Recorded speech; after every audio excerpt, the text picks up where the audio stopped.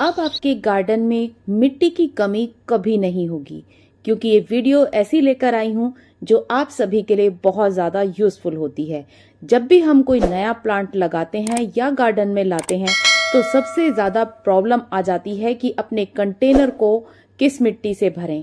हर बार मिट्टी बनानी पड़ती है या फिर मिट्टी कहीं ना कहीं से अरेंज करनी पड़ती है। आज की वीडियो बहुत ज़्यादा यूज़फुल होने वाली है।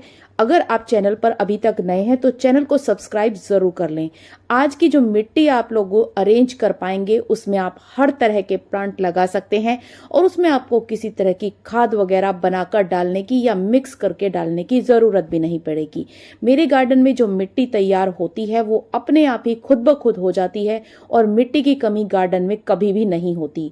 आज की वीडियो में आपको 2-3 तरीके से मिट्टी रेडी करने का तरीका बताऊंगी, जिसमें आपको मिट्टी ना तो खरीदने की जरूरत पड़ेगी, ना ही उसमें आपको किसी तरह की वर्मी कंपोस्ट डालनी है, ना ही आपको मिट्टी को अलग से कुछ मेहनत करने की जरूरत पड़ेगी।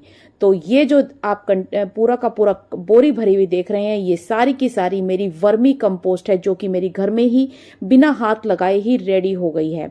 अब ये बिल्कुल सूखी सी मिट्टी है, जिसमें मैंने बिल्कुल ना तो इसको सुखाया है और किस तरीके से ये रेडी हो जाती है। और हर बार मेरे पास 4-5 बोरे भर के इस तरीके से खाद वाली मिट्टी रेडी हो जाती है, जो कि जिसमें आप डायरेक्ट प्लांट भी लगा सकते हैं, चाहे वो इंडोर प्लांट हो चाहे वो आउटडोर प्लांट हो।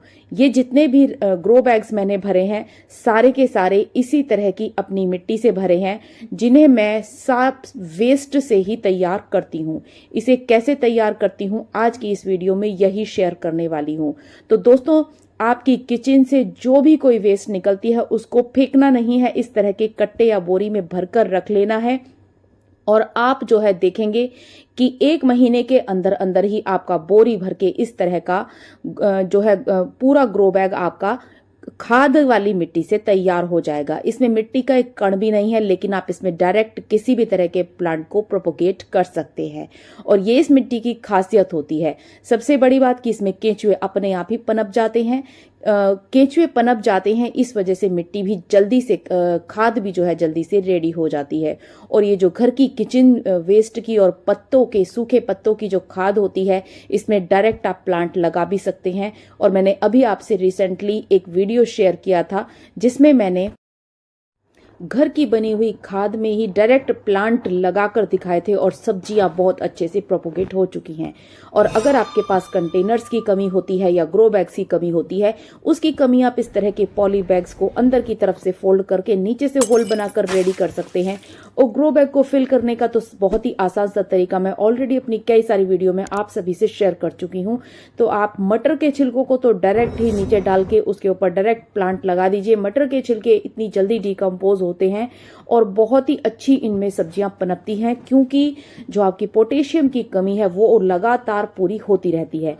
अब देखिए किस तरीके से आपको ये मिट्टी प्रिपेयर करनी होती है। या तो आप इस तरीके से कोई भी ग्रो बैग रेडी कर रहे हैं तो उसमें आप नीचे सारी किचन की कंपोस्ट और जितने भी सूखे पत्ते आपके गार्डन पे या गंदगी आपके गार्डन में होती है वो सारी की सारी भर दीजिए और ऊपर से डाल दीजिए अपनी घर की बनी हुई सारी की सारी कंपोस्ट। अगर आपके पास बिल्कुल भी मिट्टी नहीं है तो उसके लिए टेंशन लेने की बिल्कुल जरूरत नहीं है और आप डायरेक्ट अपने प्लांट्स को इस पत्तों वाली खाद में या किचन की जो कंपोस्ट वेस्ट वाली जो खाद होती है उसमें आप डायरेक्ट अपने प्लांट्स को लगा सकते हैं। और ऐसा मैं जनरली करती रहती हूँ, अपने प्लांट्स में डायरेक्ट ही लगाती हूँ, क्योंकि मिट्टी की कमी हमेशा बनी ही रहती है। अभी मुझे कुछ ग्रो बैग्स की कमी पड़ गई थी तो मैंने इस तरीके से अचानक से ही ग्रो बैग रेडी कर लिए थे। और उन्हें भरा कैसे था अब मैं आपको बता देती हूँ कि ये ग्रो बैग्स मैंने घर में ही सिल दिए थे। बेकार सा कोई कट्टा ऐसे ही पड़ा हुआ था, लेकिन रंग बहुत ही ज्यादा सुंदर था। नीचे डाल दिया जो होल्स को भरने के लिए मैंने नीचे जो अपनी मूंगफली होते हैं, मूंगफली के छिलकों को डाल दिया है। इन्हें बिना पीसे ही डाल दिया था, जिससे कि होल्स कवर हो जाते हैं और नीचे नीचे ये जो है आपकी जितनी भी सब्जियों की जो लिक्विड निकलता है उन्हें सोक करते रहते हैं। तो इस तरीके से आपको अपने ग्रो बैग्स को भरना है। तो सबसे पहले मैंने नीचे डाली इसमें मूंगफली के छिलके। उसके बाद मैंने किचन की जितनी भी वेस्ट रसोई की थी, जिसमें पका हुआ खाना बिल्कुल भी ऐड नहीं होता है, सब कुछ रॉ होता है, इस तरीके से आपको उसमें डाल देना है। इससे क्या होता है कि आपका ग्रो बैग हल्का बनता है। अब मैंने मूंगफली के छिलकों को जो है पीस लिया है और पीस कर ग्रो बैग में इसके ऊपर से डाल दिया है। इससे क्या होगा कि आपने जो किचन डाली है उसमें से जो लिक्विड निकलेगा उसको ये सोक करता रहेगा और ये बहुत ही अच्छी और बेहतरीन खाद भी होती है जो कि आपको घर में ही फ्री में अवेलेबल हो जाती है। इसलिए कभी भी मूंगफली के छिलकों को भी आपको फेंकना नहीं है और इसका जो नमक कंटेंट है उसको छान लेना है। अब आप देखिए इसके ऊपर मैंने सारी की सारी किचन की वेस्ट यानी कि किचन की कंपोस्ट भर दी थी जो तैयार कंपोस्ट थी, और उसी में मैंने ये सब्जियां लगाई थी। और आप देख सकते हैं कि कितनी जल्दी 5 दिन के अंदर अंदर मेरी सारी की सारी सब्जियां प्रोपगेट हो चुकी हैं, ऊपर आ चुकी हैं, जर्मिनेट हो चुकी हैं और बहुत ही अच्छी कंडीशन में और हेल्दी मेरी सब्जियां हैं। आप देख सकते हैं पत्तों की खाद मैंने इसमें ऊपर से डाल दी थी। अब आपको दूसरा तरीका बता देती हूँ अपने ही घर में किचन की वेस्ट से खाद बनाने का। तो देखिए इस तरीके से आपने किचन की जो वेस्ट है उसको सुखा लेना है धूप में। 2 दिन की धूप में ही ये बहुत इजीली सूख जाता है। और फूलों को भी आप सुखा लेंगे तो बहुत ही अच्छा है, क्योंकि फूल जो है वो बहुत ही अच्छी कंपोस्ट और फंजीसाइड और पेस्टिसाइड का काम भी आपके पौधों में करते रहते हैं। देखिए ये मैंने 2 दिन पहले सुखाई थी और कितनी अच्छी ये बेहतरीन खाद बनकर रेडी हो चुकी है। इसे भी आप अपने ग्रो बैग में डाल सकते हैं। अब देखिए किसी भी आप मार्केट से कोई प्लांट लाते हैं तो उसकी मिट्टी कैसी होती है, चिकनी चिकनी सी होती है। अगर उससे डायरेक्ट आप प्लांट लगा देते हैं तो आपका पौधा जो है कभी भी फ्लावरिंग और फ्रूटिंग नहीं करता है। तो इस तरीके से मैंने कर लिया है इसकी मिट्टी को बिल्कुल ही सेपरेट, क्योंकि बिल्कुल ढेले जैसी मिट्टी और चिकनी मिट्टी है। मैं इसे लगा रही हूँ अपनी किचन की जो कंपोस्ट है डायरेक्ट उसमें, और मेरा जो प्लांट है ये बहुत ही अच्छी फ्लावरिंग आगे लॉन्ग रन में देने वाला है। इसी तरीके से इस वाले प्लांट को भी मैंने देखा तो इसकी भी बहुत ही चिकनी सी मिट्टी थी। अब इस चिकनी सी मिट्टी को मैं इस अपनी जो घर की बनी हुई कंपोस्ट में ही मिक्स कर देती हूँ, और इस तरीके से मेरे गार्डन में कभी भी मिट्टी की कमी भी नहीं होती और मेरा जो गार्डन है वो हमेशा खाद वाली मिट्टी में ही पनपता रहता है और बहुत ही अच्छे मेरे प्लांट्स होते हैं। और सबसे अच्छी बात, मेरे टेरेस पर जो है धूप बहुत ही कम आती है, और लेकिन मेरी जो ये मिट्टी खाद वाली बनती है इसकी वजह से मेरे गार्डन में फ्रूटिंग और फ्लावरिंग लगातार होती रहती है। अगर मेरे पास ये मिट्टी नहीं होती खाद वाली जो मैं हमेशा रेडी रखती हूँ, और तो मेरे शायद प्लांट्स इतने अच्छे फ्लावरिंग और फ्रूटिंग भी नहीं कर रहे होते।